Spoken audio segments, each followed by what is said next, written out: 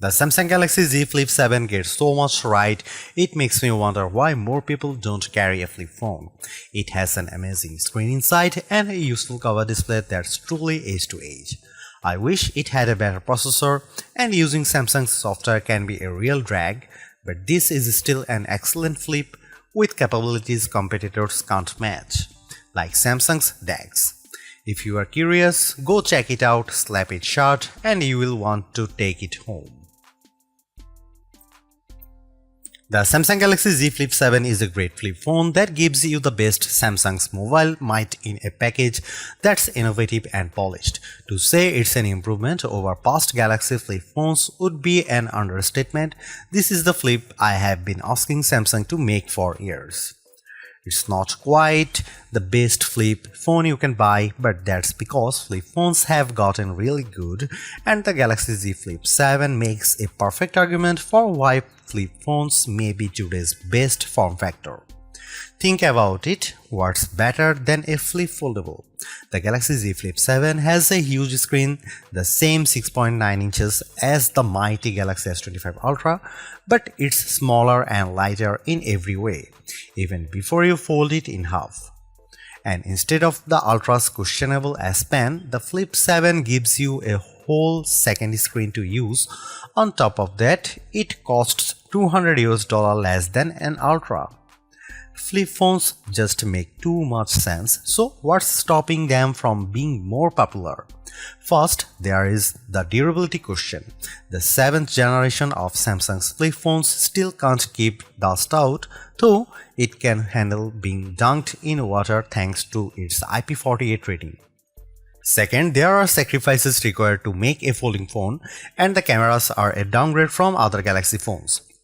This year's Galaxy Z Fold 7 got a 200 main megapixel camera, but the Flip 7 keeps its 50 megapixel cameras on the back. There is no zoom, only wide and ultra wide. A 200 megapixel sensor would have elevated the disappointment of not having a 3x telephoto lens or better. Finally, the battery takes a hit with the Galaxy Z Flip 7, maybe too big of a hit. The Galaxy Z Flip 7 doesn't last long enough. I think this is more of a Samsung problem than a flip phone problem, because the Moto Razr Ultra offers great battery life, though it is marginally thicker and heavier than the Galaxy Z Flip 7. It's impossible to avoid comparing the Flip 7 to the Motorola Razr Ultra, which is the biggest competitor. Samsung should be thrashing the Razr, but Motorola has been consistently eating Samsung's lunch in the flip phone cafe. With the Flip 7, Samsung finally catches up to the Motorola on the cover display. Its cover display doesn't just fill the front of the phone, it features the thinnest bezels Samsung has ever used on a Galaxy phone screen. The Flip 7 can also, albeit with some difficulty, use every app on the cover display. You can navigate with all Trails maps, watch some TikTok, and play Vampire Survivors without opening the phone. Still, as Samsung takes a big leap forward, Motorola continues its slow and steady pace as the flip phone frontrunner. Today's Razr Ultra is faster than the Galaxy Z Flip 7 in every way. The processor is faster, games run faster, the screen refreshes faster, the battery even charges faster. Does all of the speed matter? Yes, but some folks will appreciate Samsung's deep features set and customization options more than a bit of extra speed. Samsung's One UI 8 is a powerhouse, especially if you mix business and pleasure on your smartphone. The Flip 7 also ships with Android 16, and this is the first time Samsung Foldable buyers haven't had to wait for an upgrade to the latest version of Android. Samsung promises 7 years of major Android updates and security patches, more than any competitor except Google. It has a good track record of delivering on such promises, while many Motorola fans are still waiting for promised updates for past Razr phones. It is time to consider a flip phone? Absolutely, as you have probably noticed, I am a fan of flip foldables, and the Flip 7, with its versatile cover display, rock-solid design, and hefty set of features, offers more value than the sum of its parts. In fact, I think most people would appreciate the Flip 7 with its unique benefits more than other phones that don't make the small sacrifices. Ask yourself, does your phone need the tiny zoom camera? Wouldn't you rather have a phone you can slap shut and slip in your front pocket? And I use the cover display on my Galaxy Z Flip 7 far more than I use the S Pen on my Galaxy S25 Ultra. I am rooting for flip phones, and the Galaxy Z Flip 7 is an exceptional flip for serious smartphone users. The Galaxy Z Flip 7 starts at $1,099 US, which is the same price as last year's Z Flip 6.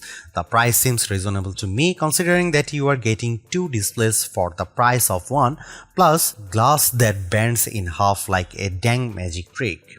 Galaxy Z Flip phones used to seem pricey, but the rest of the phone world has slowly crept up to meet Samsung. And now $1,099 US actually seems fair, especially if you are getting this phone from your carrier with a steep discount. The Galaxy Z Flip 7 costs more than an iPhone 16 Pro and less than an iPhone 16 Pro Max.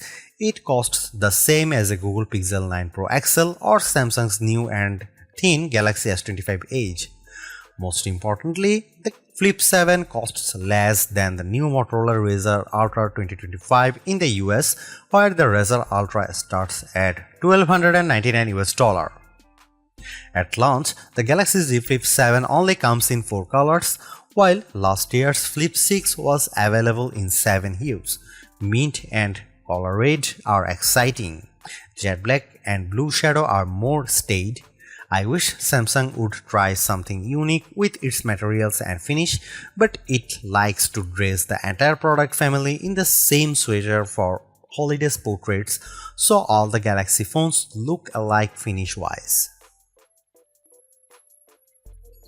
When Samsung admitted that the Galaxy Z Flip 7 would use its own Exynos 2500 processor instead of the Snapdragon 8 Elite for Galaxy found in every other flagship Galaxy phone this year, it was like a record scratch moment from a comedy show.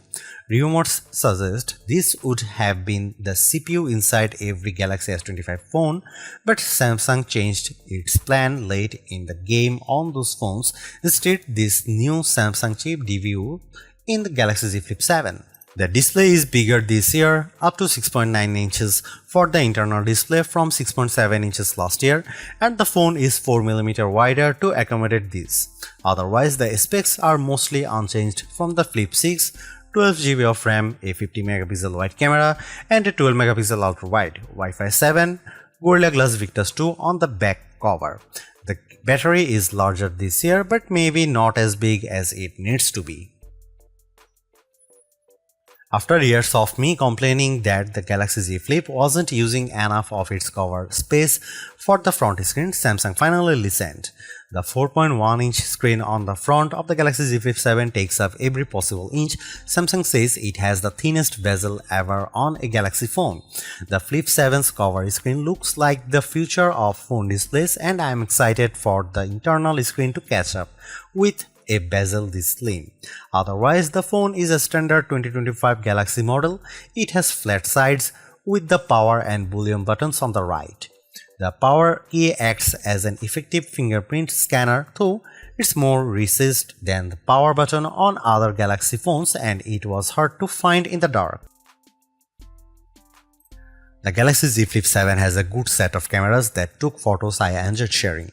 Images taken with Samsung cameras usually pop with bright colors and a highly sharpened look, but I have noticed on the last couple of phones that Samsung has been toning down this artificial look for a more natural photography style, closer to what the iPhone produces. I am all for it. Don't worry, Samsung fans, you still get photos that look great, especially if you opt for Samsung's specialized modes. Samsung's portrait mode is probably the best on any smartphone. It isolated my subject neatly and blurred the background for a gorgeous look. Samsung's food mode is by far the best camera phone mode for taking food photos. I reach for my Galaxy phone whenever I bake something tasty and I want to share it. Samsung's AI editing features are also the best I have used on any smartphone.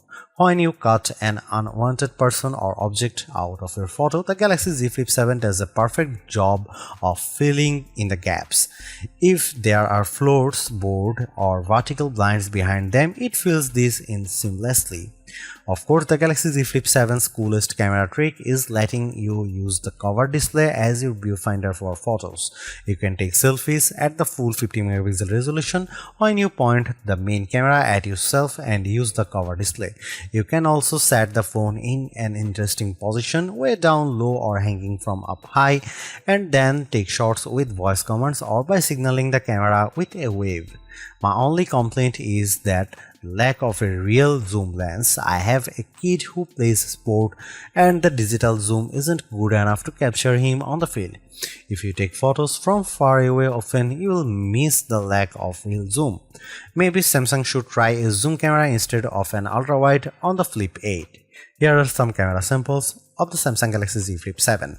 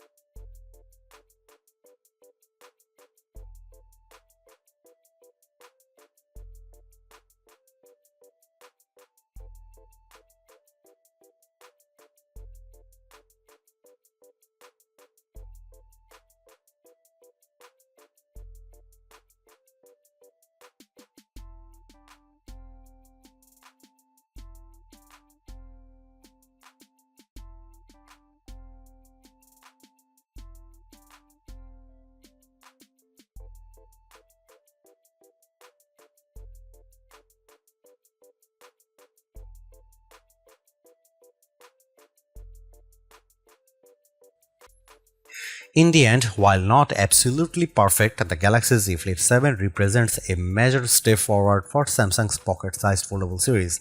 The compromises are smaller to the point where they are easy to ignore. It's a great all-rounder, has a much better cover screen, better camera performance, and an internal screen that's not too narrow.